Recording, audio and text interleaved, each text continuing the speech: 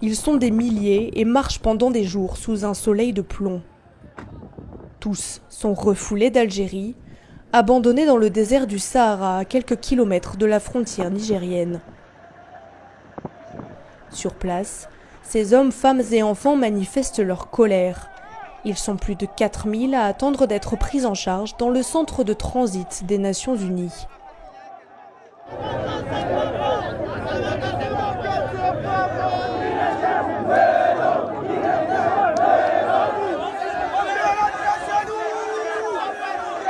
Malgré les sollicitations des migrants, interdiction de tourner dans ce centre géré par l'OIM, un centre qui accueille 1400 migrants et dont les capacités d'accueil sont saturées. Dans ce climat tendu, cette équipe d'humanitaires tente de calmer les manifestants. Ceux qui sont à l'intérieur du centre, qui seront identifiés à la base de leurs numéros, les numéros d'enregistrement dans le centre.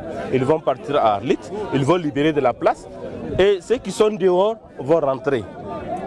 Et pas tous, pas tous, parce que la capacité du centre, vous-même vous voyez la capacité du centre. Une situation insupportable pour Abou Soufiane et ses camarades venus de toute la sous-région. Ils attendent depuis plusieurs mois une assistance humanitaire dans cette prison à ciel ouvert. Le soir, c'est là où on s'installe pour dormir. Et le matin, on se cache derrière le mur-ci. C'est-à-dire, on suit seulement là où l'ombre passe, les rayons solaires. Ce n'est pas lié au pied déposé l'immigration. Et dans le désert, il n'y a pas de travail ni quoi. Et on a beaucoup qui ont perdu la vie ici. C'est-à-dire, ils nous regardent comme des chiens. Nous ne sommes pas des humains. Pour survivre, les migrants consomment cette eau sale. Elle provoque la dysenterie dont beaucoup souffrent ici, ainsi que d'autres maladies comme la tuberculose ou encore la gale.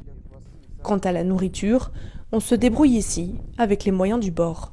Pour cette humanitaire de Médecins sans frontières qui appuie le centre de santé du village, les conditions sanitaires sont catastrophiques. Devant nous, c'est le CECI.